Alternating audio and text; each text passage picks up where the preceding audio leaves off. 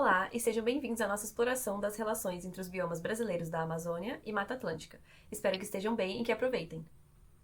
Meu nome é Leonardo, estou aqui hoje com a Mayara e, juntamente ao resto do grupo, queremos apresentar a vocês um pouco sobre a incrível história biogeográfica da América do Sul, suas florestas tropicais, sua separação e os caminhos que permitiram seus reencontros.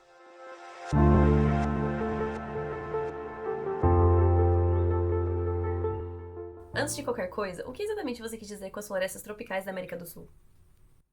Bom, na verdade, as florestas tropicais estão espalhadas pelo mundo todo, nas regiões mais quentes do mundo, próximas do Equador. Em inglês, elas se chamam rainforests, ou seja, floresta de chuva, e é exatamente a sua alta umidade que caracteriza elas. Esses ambientes florestais têm um enorme impacto na circulação global de água e calor, tendo um papel importantíssimo nos padrões de precipitação no mundo todo. Além de ajudarem a regular o clima do mundo inteiro, as florestas tropicais ainda são consideradas o ambiente mais diverso do mundo. Ah, eu vi algo sobre isso. Que as florestas tropicais têm metade da diversidade do mundo, mesmo tendo um quinto da área da Terra. Olha, mais ou menos. É verdade que um quinto da área terrestre da Terra é coberta pelas florestas tropicais. Mas a realidade é que a sua diversidade é bem menos compreendida do que é de se esperar. Existem algumas estimativas diferentes sobre o número real de espécies nesse tipo de bioma. Um estudo analisando a distribuição de vertebrados chegou à conclusão de que 62% das espécies conhecidas habitam essas florestas. Também viram que entre 17 e 29% das espécies conhecidas desse grupo são endêmicas dessas florestas. Quando outros grupos são analisados, números diferentes são encontrados. Infelizmente, ainda não temos uma resposta exata sobre isso. Ok, tem muita diversidade nas florestas tropicais, mas agora eu fiquei curiosa. Desde quando elas existem e como elas surgiram? Sobre como elas surgiram, a principal explicação tem a ver com a separação da Pangeia.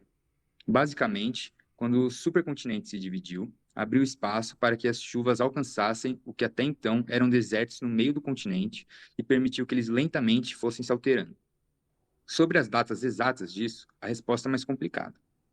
Por muito tempo, isso foi bem debatido. Os primeiros fósseis que indicam a existência delas começaram a aparecer em torno de 66 a 72 milhões de anos, ou seja, no finalzinho do Cretáceo, logo antes do impacto do asteroide que causou a extinção dos dinossauros.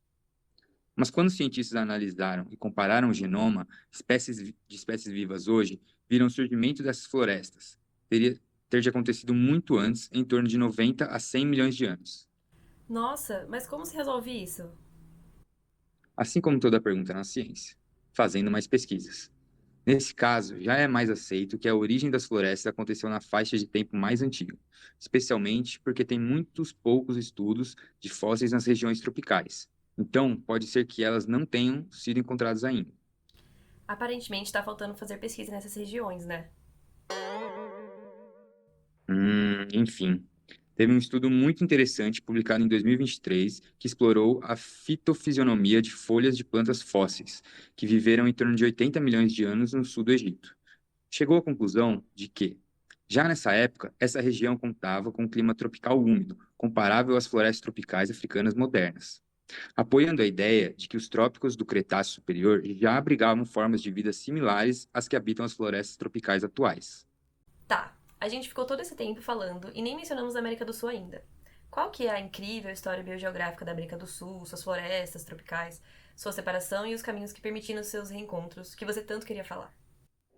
Calma aí também, né?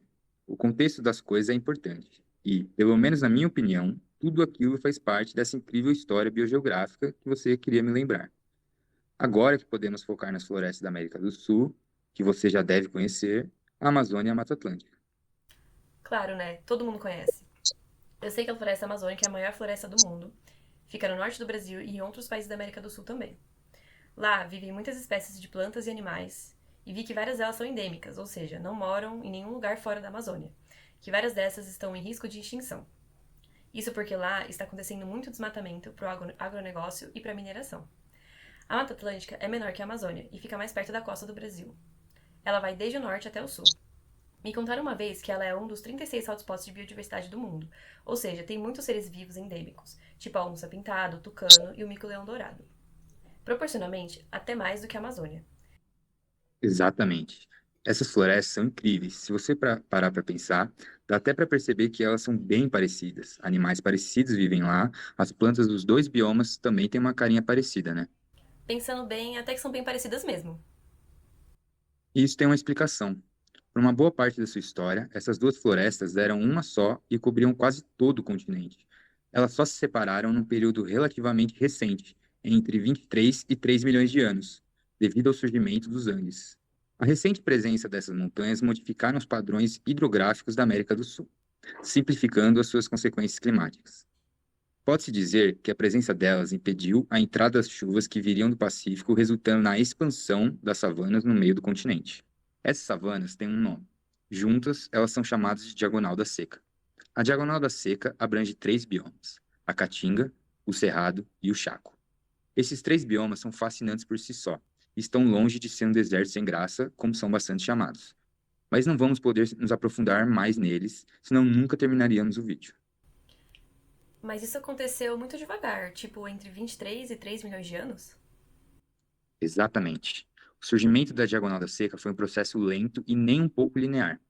Tem evidências de que esse evento foi influenciado por muitos outros fatores também, como glaciações, períodos de seca ou de alta umidade. Foi algo bem dinâmico. As savanas cresciam e diminuíam, e as florestas também. Essa dinâmica permitiu que, ao longo de muito tempo, ainda houvessem conexões e trocas biológicas entre esses biomas desde a sua separação. Nossa, então é por isso que temos sertão. Pera, então até mesmo depois da Diagonal da Seca ser formada, ainda tinham ligações entre a Amazônia e a Mata Atlântica? Houveram sim. Muitos estudos apontam que, ao longo do tempo, houve uma grande variação na extensão dessas grandes florestas, devido às flutuações climáticas do período quaternário, como os ciclos glaciais durante o Pleistoceno e os períodos de extrema umidade durante o Holoceno. Além disso, segundo as pesquisas realizadas, houve uma grande variação no índice de vegetação existente na região da Diagonal da Seca, indicando que houve não apenas um evento antigo de conexão e separação dessas áreas, mas também que esses eventos poderiam ter ocorrido mais de uma vez, num período até que recente. Que da hora! E o que mais sabemos sobre essas conexões? Hoje em dia, muitas pesquisas apontam que já existiram três pontos de conexão entre essas duas florestas tropicais: a ponte leste, a oeste e a central. A primeira ponte ocorreu principalmente na região do Nordeste brasileiro e atravessou a região da Caatinga. A ponte oeste passou pelas regiões da Bacia do Paraná, do Chaco Úmido e Pantanal. E a ponte central passou principalmente pelas florestas de galeria. Além disso, cada uma delas provavelmente existiu em um período diferente. A ponte oeste, por exemplo, está datada no período do Mioceno, já a do leste, no Pleistoceno. Ou seja, elas não necessariamente ocorreram na mesma época. Nossa, interessante. Mas uma coisa que não sai da minha cabeça: como podemos ter certeza que as conexões ocorreram justamente nesses locais? Estudos de diferentes áreas sustentam cada uma dessas rotas.